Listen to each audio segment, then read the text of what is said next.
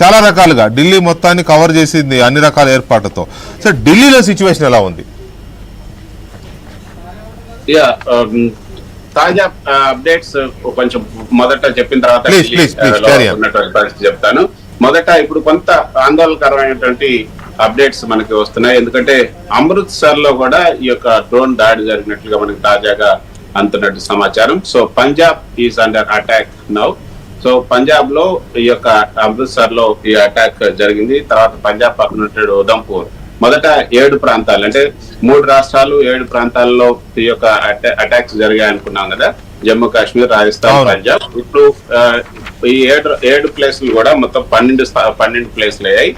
ఈ 12 ప్లేస్ లో జమ్మూ కాశ్మీర్, అదేవిధంగా సాంబా, పఠాన్కోట్, పోఖ్రాన్, ఉరి, నౌగాం, పూంచ్, అదేవిధంగా రాజౌరి, జైసల్మీర్, అమృత్సర్, ఉదంపూర్, కుప్వారా. సో అమృత్సర్, ఉదంపూర్ అంటే కొంత ఇది మైనార్టీలకు సంబంధించినటువంటి వాళ్ళ మందిరాలు ఇవన్నీ కూడా ఉన్నాయి.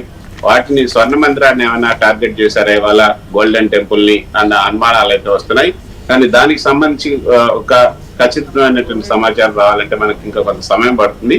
కానీ అమృత్సర్ మీద ఈ రోజు ఈ డ్రోన్ అటాక్ జరిగింది. కాకపోతే రక్షణ శాఖ చెప్తుంది ఏంటంటే డ్రోన్స్ వచ్చాయి, వాటిని నిర్వీర్యం చేశాం, ఇంటర్సెప్ట్ చేశాం, వాటికి ఎటువంటి నష్టం జరగలేదు. సో విజయవంతంగా వాటిని విధ్వంసం చేశాము.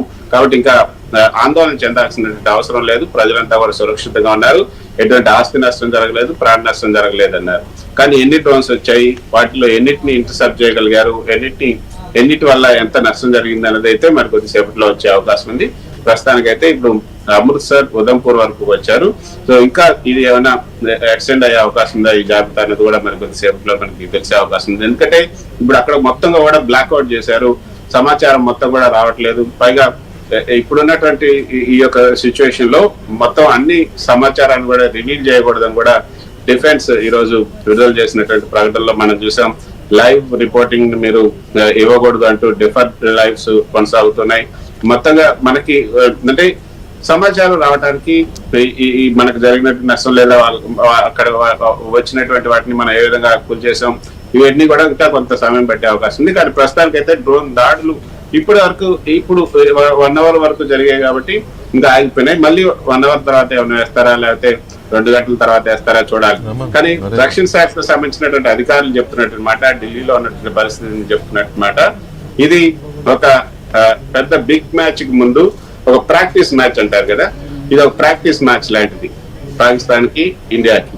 యుద్ధ పరంగా చూసుకుంటే ఇవన్నీ కూడా జుజుబీలు, ఈ యొక్క డ్రోన్లు లేకపోతే మిసైళ్లు ఇవి రావటం అనేది ఇది ప్రాక్టీస్ మ్యాచ్ లాగా. దానికి ముందు ఏదైతే ఫైనల్ కు ముందు ప్రాక్టీస్ మ్యాచ్ ఆడతారో ఆ ప్రాక్టీస్ మ్యాచ్ లాగానే ఉంది. వీటన్నిటికి మనం భయపడాల్సినటువంటి అవసరం లేదు. దీనివల్ల పెద్ద నష్టం